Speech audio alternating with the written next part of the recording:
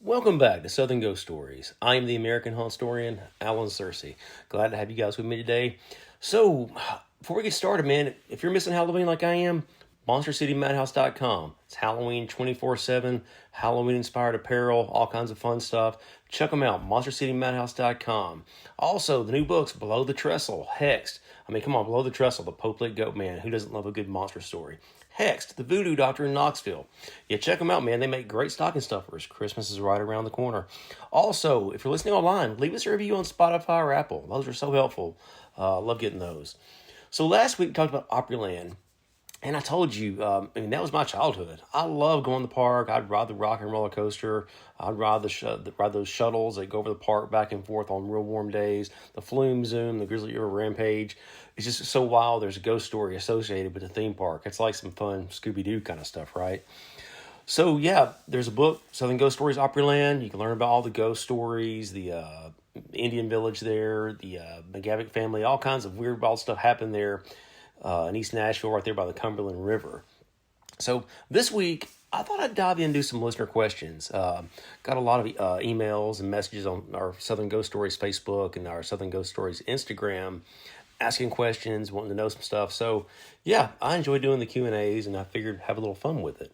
So let's just jump right into it. You want to?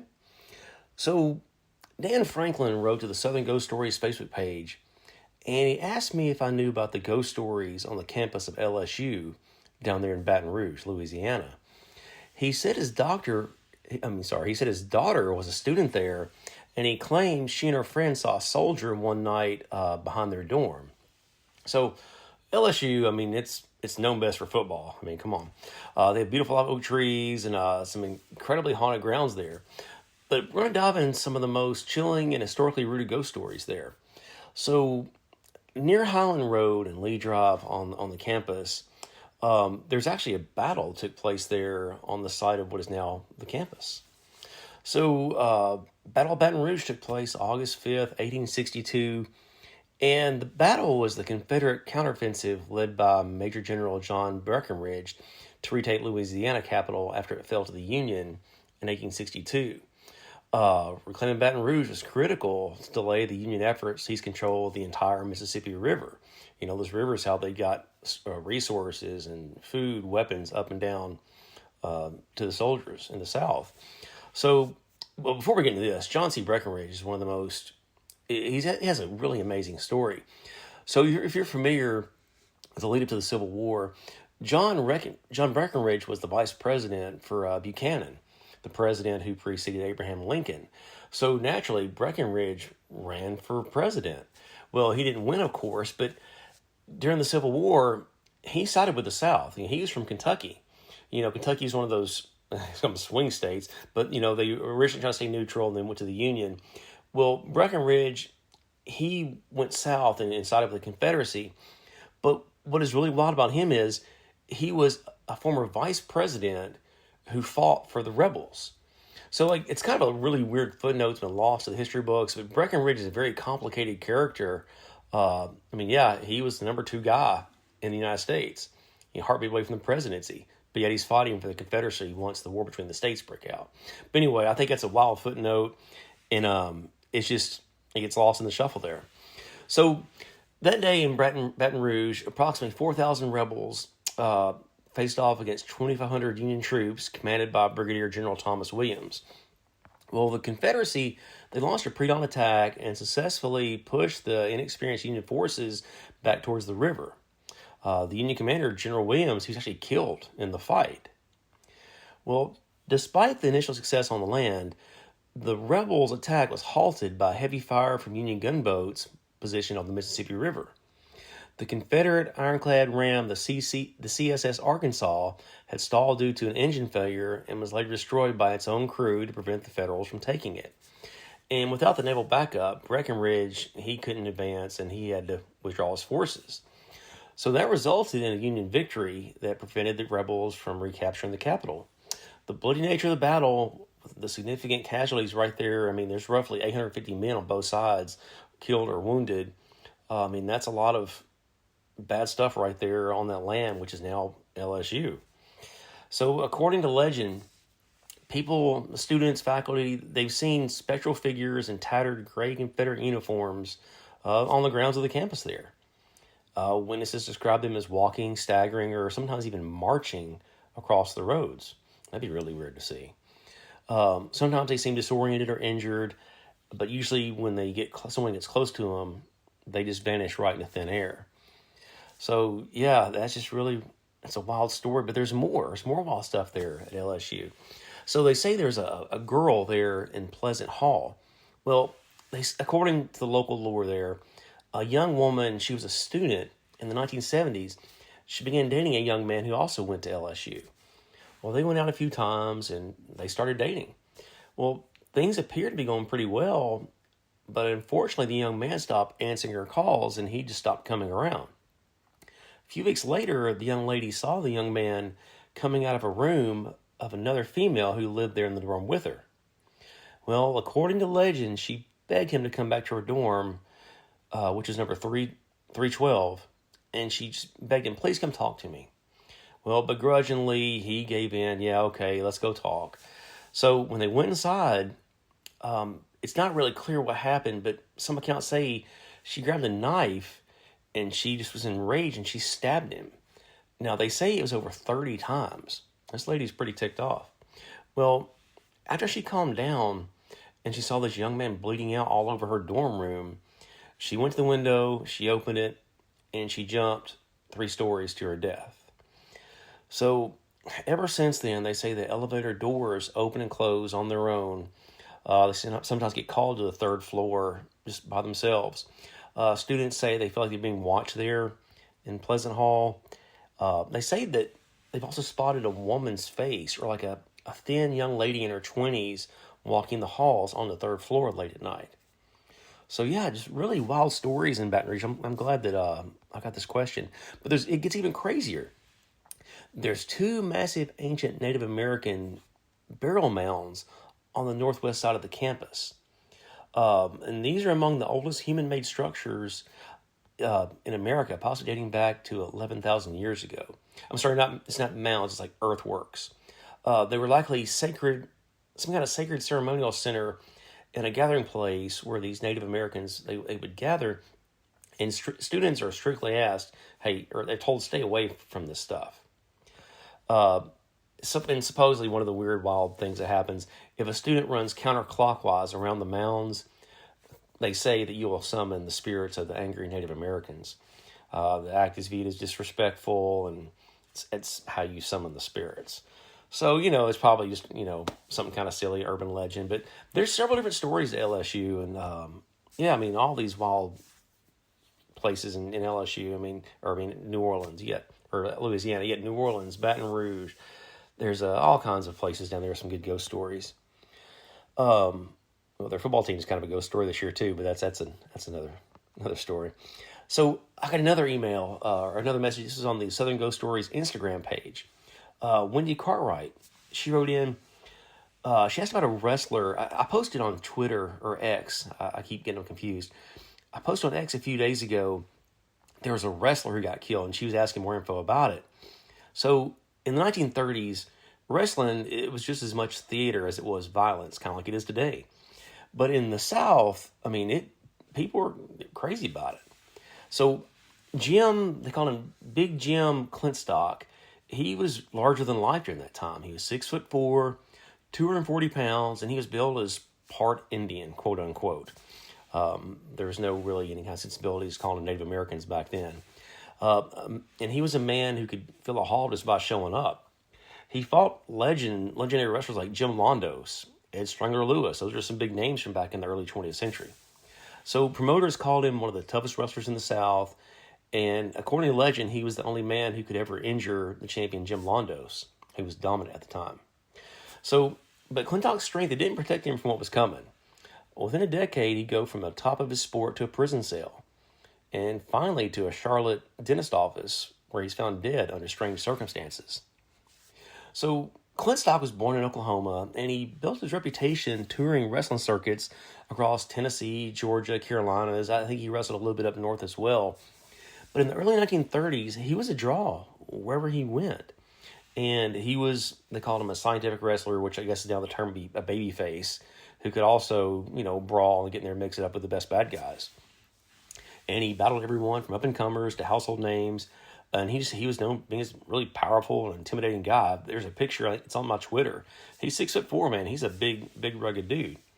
He suffered a severe eye infection, trachoma, and it threatened his vision, but he fought through it, to keep his wrestling gig going. That was his livelihood. But he wasn't really rich. There wasn't a whole lot of money like, today, those guys like Roman Reigns, Cody Rhodes, those guys were making a fortune. Back then, you had to travel around the country, to make a few $100s here, a few $100s there. Once fans got tired of it, you go to the next city. You go from Memphis to Shreveport or Louisville, you would bounce around. So, October 1934 in Memphis, that's where he was wrestling at the time. Clinstock got into an argument with a furniture dealer named Leo Kahn over a stove bill. The guy alleged that Clinstock, he owed $39, but Clinstock didn't want to pay it. Well, things got heated. Kahn, he insulted Clinstock's wife. Well, witnesses say Clinstock struck him, and some even claim that he stomped on his head. Well, he got pretty rough. Kahn died 2 days later from some head injuries. Well, at that point, Clinstock is arrested, and he's charged with murder. The local paper, they had the headline, "Wrestler Held in Fatal Beating." That's pretty gruesome. Well, the wrestlers and the promoters, they rallied around him. They insisted he was a gentle guy and he was just pushed too far. He wouldn't hurt anybody. In the early 1930s, early 1935, they finally held the trial. Prosecutors claimed he used his wrestling holds and his skills as a weapon. The defense, they argued he was using self-defense. That Kahn threw the first punch, and according to what I've read, the promoters and other wrestlers chipped in to pay for his attorneys. He was that well loved. So they went to trial. They finished their arguments. After 6 hours of deliberation, the jury came back, and they found him guilty of voluntary manslaughter. So his sentence, he was sentenced up to 8 years in the Tennessee State Penitentiary in Nashville. But even though he went away, behind the bars, the papers kept writing to him. The reporters were going to meet with him in jail. And the inmates loved him. They loved being locked up with a celebrity. At the penitentiary, his number was 26447. And the guards described him as polite and cooperative. He even coached wrestling matches there among the inmates, give him something to do. So after he served his 17 months, Clinstock was paroled in 1936 for good behavior. He was a model inmate. He told reporters that once he got out, he was going back to the ring, and that's exactly what he did. The ex-con turned wrestler again, and he rebuilt his life, and he fought his way back to the only world he really knew. Well, by the late 1930s, Clinstock, he was a headliner wrestling all over the Southeast, and he was a little bit slower than he was back as a younger man. He started wrestling a different kind of style. So he's in his late 30s now, older than most, and he still he had that hard-edged reputation. He was in jail for murder. They said that he was trying to live straight. He tried to stay away from the bottle. He was trying to, live right. He's a former inmate. All eyes are on him. But it didn't last. Something in him or around him kept drawing him back to trouble. Well, January 1944 in Charlotte, North Carolina, Clinstock went to the S&S Dental Laboratory owned by Dr. Henry Parker and Lee Sykes. It's not known what happened. They had a meeting, and they say everyone there had been drinking. Well, witnesses claim that Clinstock became aggressive. Dr. Parker brought his wife in to meet the wrestler, and they say that Clinstock tried to grab Mrs. Parker, the doctor's wife. Well, Dr. Parker became enraged, and he punched Clinstock to try to get him off of his wife. Well, Sykes, the other dentist there, he grabbed a towel, and he went behind Clinstock from behind and wrapped the towel around his neck to try to calm him down. Well, I guess it really did, because a few minutes later, he's on the floor not breathing. Police arrived on the scene, and they found the former wrestler just dead there on the floor with a towel still wrapped around his neck. Well, both Parker and Sykes are charged with murder. And for the second time in his life, Clinstock's name's on the front page. But this time he wasn't accused, he was the victim. Well, prosecutors argued the man tried to strangle Clinstock in a drunken struggle. The defense, you got to think, these dentists had money. They could afford really good attorneys. The defense painted a different picture. He was a drunk, enraged, skilled wrestler who attacked them, but he collapsed from a heart attack. But the pathologist who testified said there was no marks of strangulation, no crushed windpipe, no broken vessels. So it lent a lot of credence to the heart attack angle that the dentists were trying to pursue. They said he had an enlarged diseased heart, and that kind could give out under stress or exertion. So if he became enraged at lunch at the dentist there in the office, maybe that's what gave him the heart attack.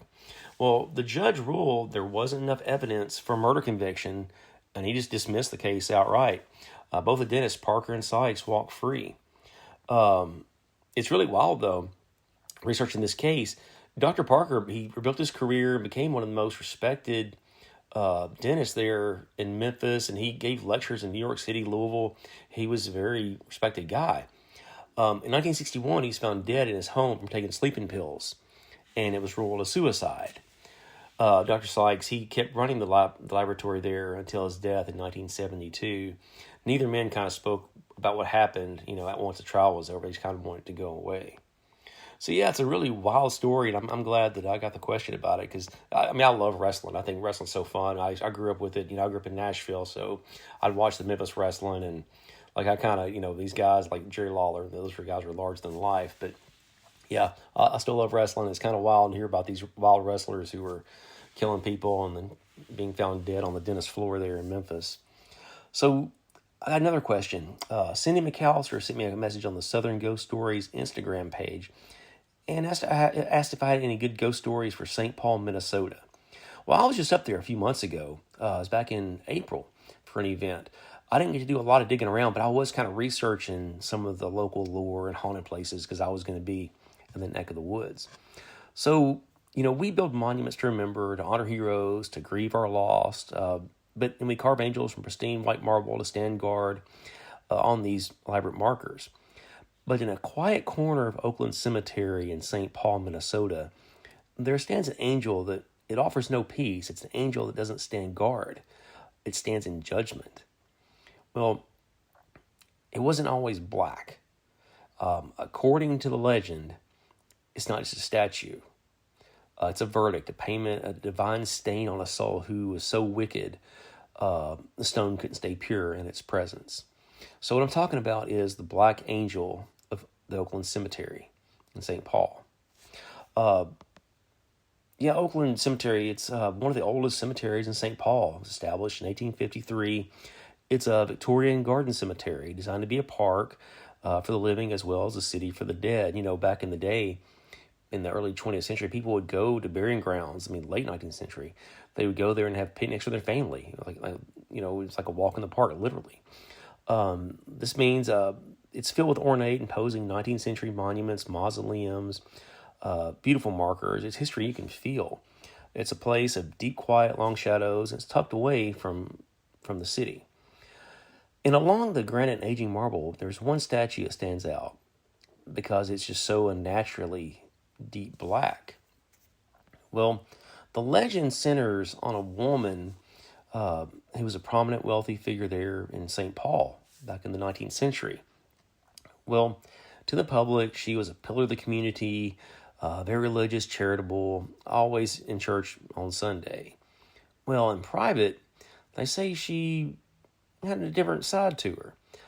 There's different stories that say she was cruel. She dabbled in black magic. She had an affair. She was embezzling money from people. And they say as she died, she confessed everything. And the confession was so dark, so shocking, the priest who heard it allegedly refused to give her last rites, fearing for his own soul. Well, the family, desperate to secure her place in heaven, they commissioned the most beautiful, expensive monument they could find. They ordered an angel carved from the purest, most pristine white Italian marble that they were going to place there on her grave.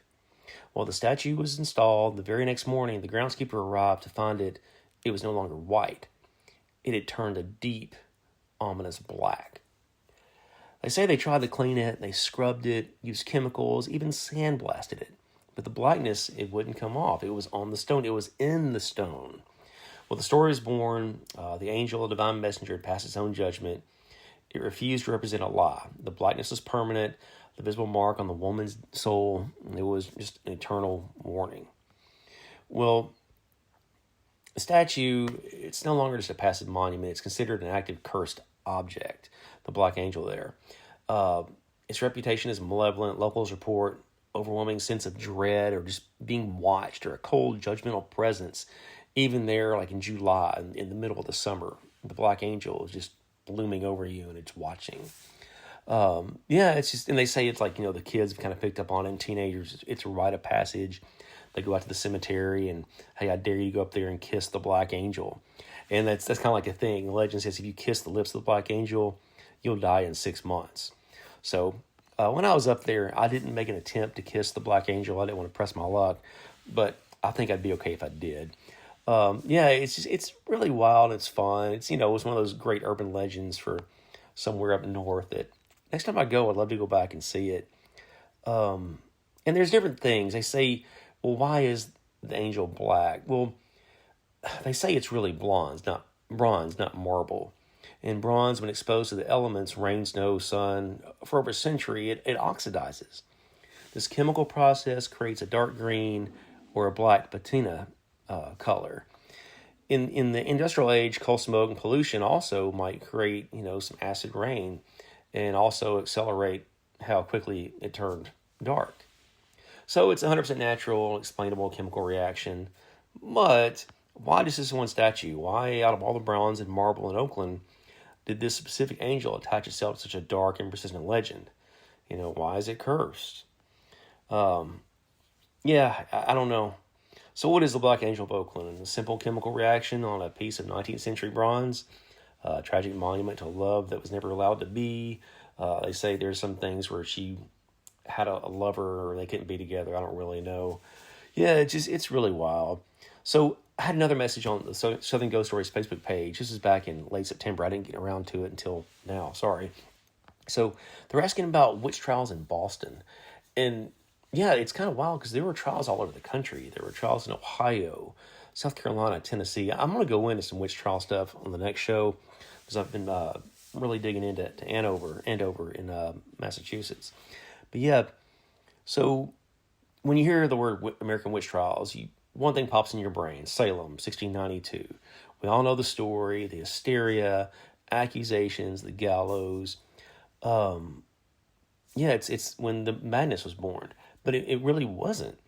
4 years before Salem, in the summer of 1688, the city of Boston kind of had a dress rehearsal for the Salem witch trials.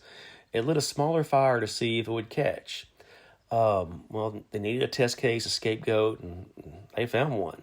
Her name was Anne Glover, and her tragic, forgotten trial, it was the blueprint for the entire Salem nightmare.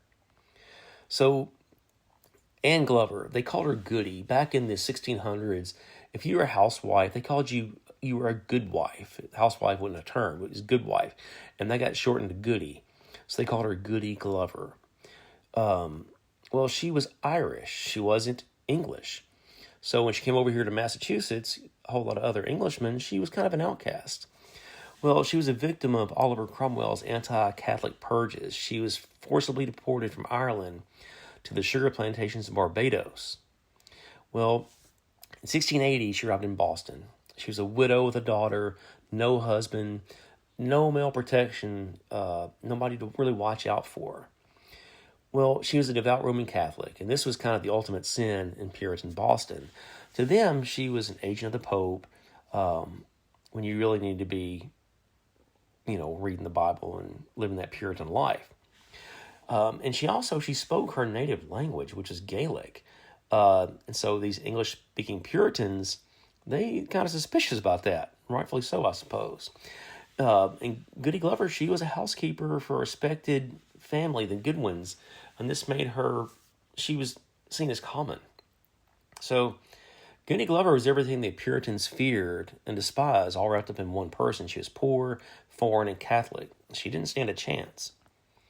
So the incident kind of sparked everything. 1688, during the summer, 13-year-old Martha Goodwin, the daughter of John Goodwin, who employed Goody Glover, she accused Glover's daughter of stealing laundry from the family. Well, naturally, Goody Glover is going to defend her daughter, and she scolded the Goodwin children. But when she did this, she did it in her native Gaelic. Well, immediately, the Goodwin children, Martha and her younger sisters, they became very sick. And this was kind of strange. They had violent fits and contortions, screaming they were being pinched, pricked, and cut by invisible forces. They would begin to bark like dogs and purr like cats. Well, a local doctor was called. He found really nothing was wrong with them. But what he said was their health was deteriorating from hellish witchcraft. So, as all this is going on, there's really two key players in the background. Cotton Mather, the most powerful and ambitious minister in the Massachusetts Bay Colony. He was a true believer in witchcraft and saw it as his personal crusade to stamp it out. He took the afflicted children into his home and studied them, and he believed them. Well, he's the expert witness. He examines Goody Glover and finds poppets in her home and declares them as a witch. A poppet is a doll. Well, also, you have Deputy Governor William Stoughton. He presided over the trial, and he had a zero tolerance for outsiders, and he was deeply anti-Catholic. He was a strict Puritan. So Goody Glover's arrested. She's put on trial, and really it's a sham. She's forced to testify. She speaks in Gaelic, but the court, they can't really understand her, or they don't want to understand her. Her words are twisted, misconstrued. They demand she recite the Lord's Prayer. It's kind of like, okay, if you're pure, if you are not a witch, you can say the Lord's Prayer. Well, she can't, at least not in English. As a Catholic, she knew it in Latin, which to the Puritans was the language of the devil and the Pope. Well, Cotton Mather testified against her, sealed her fate. He called her an ignorant and scandalous old woman. Well, naturally, Stoughton sentenced her to be death by hanging. So, November 16, 1688, Goody Glover is led to the gallows on Boston Common. It's now still there. It's a big park there in Boston. And she's the first woman hanged for witchcraft in the city in 32 years. Her final words were reportedly in Gaelic, and they say she was defiant and was saying like an unapologetic prayer in Gaelic. William Stoughton, he cut his teeth there in the Glover case, and he was appointed the chief magistrate for the 1692 Salem witch trials. And he's the one who refuses to question spectral evidence and pushes for mass executions. And spectral evidence is when they were saying like, oh, she appeared in our dreams, she did this, she pricked us. So it's not really physical evidence, it's spectral evidence. And that's a kind of big theme there in Salem in 1692. So Goody Glover's death, it didn't prevent the hysteria. It actually proved to Mather and Stoughton that it could be done. She was a test case. Her conviction was the green light. And her body, unfortunately, was a blueprint for Salem. Let's see here. I do have another email I wanted to get to. And Yvonne Smith sent me this on Southern Ghost Stories Facebook page and asked if I had any bad luck after being at Scarefest in Lexington, Kentucky with the Annabelle doll in October. So if you don't know the story, the Annabelle doll, not the creepy one from The Conjuring on the movie, it's like a Raggedy Ann doll. It had been touring the country, and back in the summer, the guy who was driving it around, he died from a heart attack back in the summer. So back in October, I was in Lexington, Kentucky at Scarefest, and they actually had the doll there touring, and it was there for the event. I was nowhere near it, but still. So, but kind of the backstory, forget that porcelain doll from The Conjuring. The real Annabelle doll is a smiling, harmless-looking Raggedy Ann doll. And her story, it's arguably more terrifying than that movie. It's the most famous case from the files of Ed and Lorraine Warren. It's not just a haunting. They classified the case as a demonic manipulation. And it kind of began in 1970 in Hartford, Connecticut. So there's key players in this. Donna, she's a nursing student and the doll's original owner. Angie was her roommate, who's also a nurse. Lou was Donna and Angie's friend who was suspicious of the doll from the start. And naturally, Ed and Lorraine Warren, everybody kind of knows them, the famed demonologists and paranormal investigators. They're like the OG ghost hunters. So Donna received the gift, the antique Raggedy Ann doll, as a birthday present from her mother. And almost immediately the doll, weird things happened. But the haunting of a scene is almost playful. Donna and Angie would come home to find the doll in different positions where they'd left it. They'd find the legs crossed, arms move, nothing too crazy, but still kind of odd. It then started moving between rooms. They'd leave it on the couch, and they'd find it in Donna's bedroom with the door shut. Well, the activity kind of escalates. The roommates begin finding small parchment paper notes with childish handwriting saying, "Help us," or "Help Lou." And they were kind of freaking out, so naturally they called a medium. The medium told them the doll was inhabited by the spirit of a 7-year-old girl named Annabelle Higgins, who had allegedly died on the property many years ago. The spirit said it felt safe with the nurses and really just wanted to stay. Well, feeling compassionate for the ghost, Donna and Angie gave the spirit permission to stay there in the doll. Well, according to the Warrens, this was the biggest mistake they could ever make. Well, their friend Lou always hated the doll. He felt it was evil and told Donna to get rid of it. Lou had a vivid nightmare of being strangled by the doll and woke up in a panic and kind of just dismissed it as just a dream. Well, this is where it gets weird. Lou and Angie are planning a road trip or looking at maps in the apartment. They hear a noise from Donna's room. Lou goes in there to check it out. He enters the room, sees a doll on the floor, and he feels a presence behind him. He turns, but no one is there. Well, that's when he feels a sharp pain in his chest, as if he's being clawed. He looks down, and his shirt is bloody. Underneath his shirt, there are 7 distinct claw marks, 3 vertical, 4 horizontal, burning on his chest. Well, the marks reportedly healed almost instantly and disappeared within 2 days. So they were terrified. They didn't know what to do. They contacted Ed and Lorraine Warren. Well, Ed and Lorraine, they show up and hey, something's going on here. They say according to them, the human spirits don't possess objects. They possess people. Well, they say the Annabelle Higgins story was a complete fabrication, a classic demonic trick to gain sympathy, and most importantly, permission to enter their lives. The entity, according to the Warrens, was a non-human demonic spirit. But the demon wasn't interested in the doll. The doll, it was just a conduit. The entity was manipulating it to get to the nurses with the ultimate goal of possessing one of them. The attack on Lou was a warning to the one person who recognized its true nature. Well, Ed and Lorraine, they had the apartment blessed. They took the doll with them for safety. Ed claimed the doll was so malevolent that it tried to wreck their car on the way home. The steering and brakes they repeatedly failed, forcing Ed to stop and douse the doll in holy water. So after all this, later years, the Warrens built a specially blessed locked glass case for Annabelle in their occult museum in Monroe, Connecticut. The case has a sign, warning, positively do not open.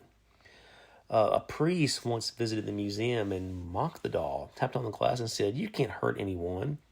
Well, Lorraine warned him, get out of here. On his way home, his brakes failed, and he was involved in a near-fatal car crash. He survived, but he blamed all the bad luck on the doll. So, yeah, I don't know.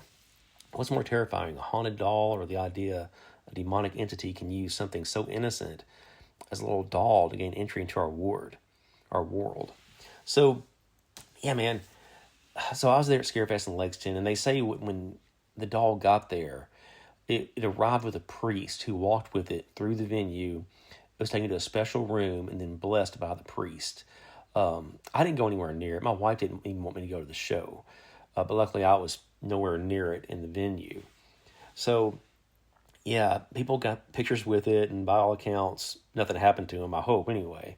But, yeah, winding things down here, man. MonsterCityMadhouse.com. It's Halloween 24/7, spooky apparel, some really cool t-shirts, great designs. Great owner, Ben, he's a buddy of mine. Check out MonsterCityMadhouse.com. Get you some Halloween apparel. Hexed, man, my new book makes a great stocking stuffer. If it's perfect in a stocking, in case you're wondering. Please leave us a review on Spotify, iTunes, wherever you found us, Apple Podcasts. Those really help us climb the rankings, and I appreciate you guys who listen and take time to do it for me. So check back next week. I'm going to dig into some ghost stories. I might do some witch trial stuff. That's really fascinating. But yeah, I'll see you guys next week.